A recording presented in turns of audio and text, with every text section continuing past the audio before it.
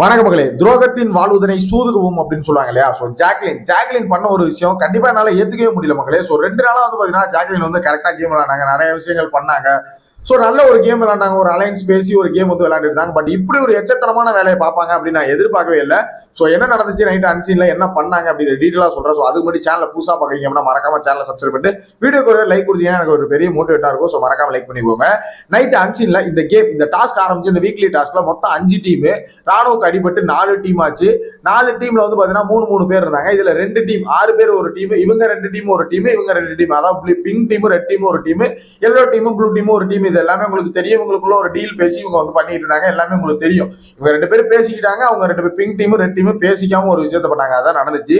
இப்ப திடீர்னு ஜாக்லின் இன்னைக்கு ஈவினிங்ல இருந்து ஒரு விஷயம் பேசுறாங்க. என்ன அப்படின்னா, நாங்க ஏன் உன்னோட சேர்ந்து அவன் அடிக்கணும், அவனோட சேர்ந்து ஒன்னு அடிச்சாலும் எங்களுக்கு காம்படிஷன் ஒண்ணு தானே, எங்களுக்கு வந்து உங்க 3 பேர் அடிக்கிறதா எங்களுக்கு கஷ்டம், நீங்க 3 பேர் வந்துட்டா எங்களை அடிக்க முடியாது அப்படின்னு சொல்லிட்டு நாங்க வந்து அவனோட சேர்ந்துட்டு உங்களை அடிக்கிறோம் அப்படின்னு எப்ப சொல்றாங்க அப்படின்னா, ரெட் டீம் அடிச்சு வெளியே அனுப்புனதுக்கு அப்புறம் வந்து சொல்றாங்க. சரிங்களா?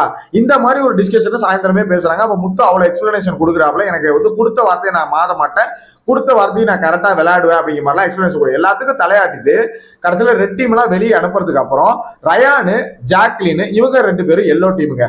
சம்பந்தமே இல்லாம சௌந்தர்யாவும் உள்ள வந்து முத்துக்குமரன் டீமை ஜெயிக்க விடக்கூடாதுன்னு சொல்லி என்ன பண்றாங்க அப்படின்னா, ஜெஃப்ரி டீம், அதாவது பிங்க் டீம் கிட்ட போயிட்டு வந்து பாத்தீங்கன்னா ஜெஃப்ரிட்ட போய் ஒரு அலைன்ஸுக்கு பேசுறாங்க. பேசி பிளான் பண்ணி வந்து பாத்தீங்கன்னா நாளைக்கு வந்து முத்துக்குமரனை முதல்ல தோக்கு அடிச்சுட்டு அப்புறம் நம்ம அடிச்சுக்கலாம்னு சொல்லி இடையில இந்த டீலை ரத்து பண்ணிட்டு இடையில போய் வேற ஒரு டீலை வந்து போடுறாங்க. இது பச்சை துரோகம். நம்பின ஒருத்தவங்களுக்கு பச்சை துரோகம் பண்ற ஒரு வேலை. சில பேர் வந்து பாத்தீங்கன்னா இது ஒரு ஸ்ட்ராட்டஜி அப்படி இப்படின்னு முட்டு கொடுத்துட்டு வரலாம்.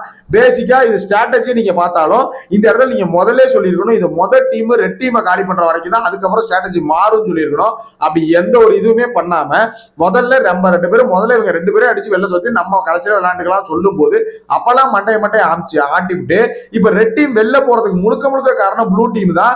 இந்த டீம் எந்த ஒரு வேலையுமே பண்ணல. சரிங்களா? எல்லா டீம் வந்து பண்ணாங்க அப்படின்னா இங்க இருந்து அங்க போனுச்சு, அங்கே நீங்க வந்துச்சு, இங்கே அங்க போனுச்சு, அங்கே நீங்க வந்துச்சே தவிர பெருசா ஹார்ட் ஒர்க் எல்லாம் எதுவுமே பண்ணல.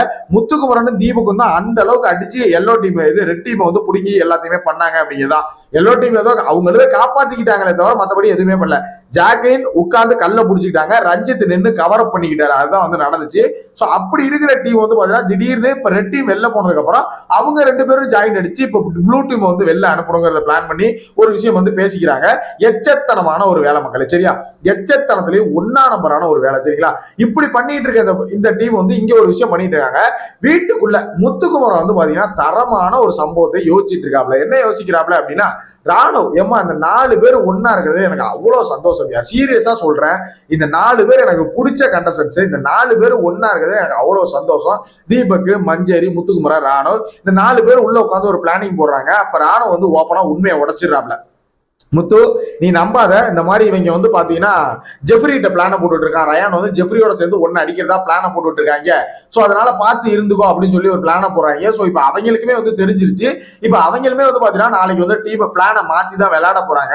இருந்தாலும் ஜாக்லின் பண்ண இந்த விஷயத்தை பத்தி உங்களோட ஒப்பீனியன் என்ன? இப்படி பண்ணலாமா? ஒருத்தர் வந்து நம்பி ஒரு விஷயத்த பண்ணலாம், கடைசியில் நம்ம வந்து பாத்துக்கலாம் அப்படிங்கிற மாதிரி ஒரு பிளான் பண்ணும்போது திடீர்னு இடையில பூந்து நீ உனக்கு எது சாதுரியமோ அதை பண்ணுன அப்படின்னா நீ பண்றது ஒரு எச்சத்தனமான துரோகம். எதிரிய கூட வச்சுக்கலாம். ஜாக்லின் மாதிரி ஒரு துரோகிய கிட்டக்க வச்சுக்க கூடாது, தூரத்துல கூட வச்சுக்க கூடாது அப்படிங்கிறதான் என்னோட பாயிண்ட் ஆஃப் வியூ.